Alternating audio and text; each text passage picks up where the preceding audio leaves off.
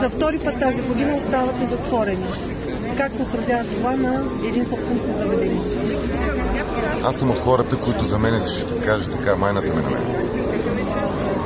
Имало е, нас ще ни има и ще пребъдеме, защото заведенията няма как да ги заличат. Това не е бизнес на черепа, не е бизнес на Мишо Бирата, не е бизнес на всички бивши приятели на премиера. Това е бизнес, който съществува от векове. Въпросът е как се отразява това на служителите. Как аз като работодател трябва да обясня на служителя ми, че той ще седи без сток в тях, защото няма с какво да го плати, защото няма държава, която да застане зад гърба му. Не съм по никакъв начин политически обвързан, но много е едно от нещата, на които държа е човека с присъдената коса, който грам не разбира от здравеопазване. И измисленият герой, даже името не искам да му споменавам, Костадин както и да беше, заедно с Бойко, заедно с тази измет от Социалното министерство да си бият към шика и да се махат. Работата отива на кръвна революция и аз съм за. Ако един каже да и първа пушка пукне, тръгвам. Въобще не ме интересуват деца, меца и така нататък. Миналото си е минало, бъдещето той го няма. Това е държава враг. Да затвориш един бранш, да поставиш, забележете как действат изедниците. Ще увеличим полицайските заплати, като удържим пари от детските.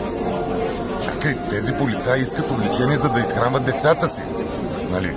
Сега затваряме ресторантите, но ще оставим ресторантите на хотелите.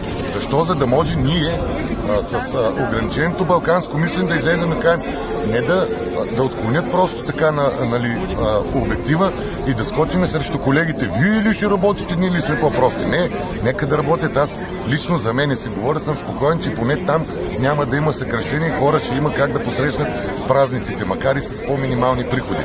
Но ние какво правиме? Ето едно малко заведение като нашето с 70 места зимата.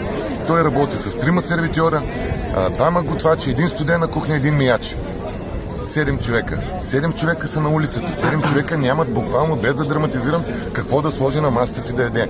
Ние се събираме вечерно време помежду си, въпреки шибаните мерки на коронавируса. По-хубаво да ни хване корона, да ни изтрепи всичките, да се отървеме, да умрем един път, не да умираме всеки ден, отколкото това, което в момента го правят. Събираме се, един носи хляб, друг носи сланина, буквално ви го казвам, даже ще пусна и лайв скоро време, за да го видиш, защото си мислят някой, че е излишна драматизация. Ядем заедно като едно голямо семейство. На колегите им спряха тока в квартирата, защото те стояха с надежда, че на 21 декември се отвори заведението. Стояха и им спряха тока. Защо? Държавата не може да предприеме една мерка и да каже на енергоразпределителните дружества, направете малко отбивка с парите и изчакайте. Но не хората, които са на какво основание ние плащаме целогодишно осигуровки на един сервитьор върху минимална заплата 800 лева, а те го обезщетяват на 600 лева. Това защо никой не го пита? Казва, че коронавирусът е голям проблем. Аз ли съм виновен и моето заведение ли виновно, при условие, че малумният ни премиер с един малумен министър и с един малумен шеф на болница обикаляха да гледат магистралите. Опъваше се ония с турбичката на била да показва какви полеви болници ще да прави. Къде са ти болниците?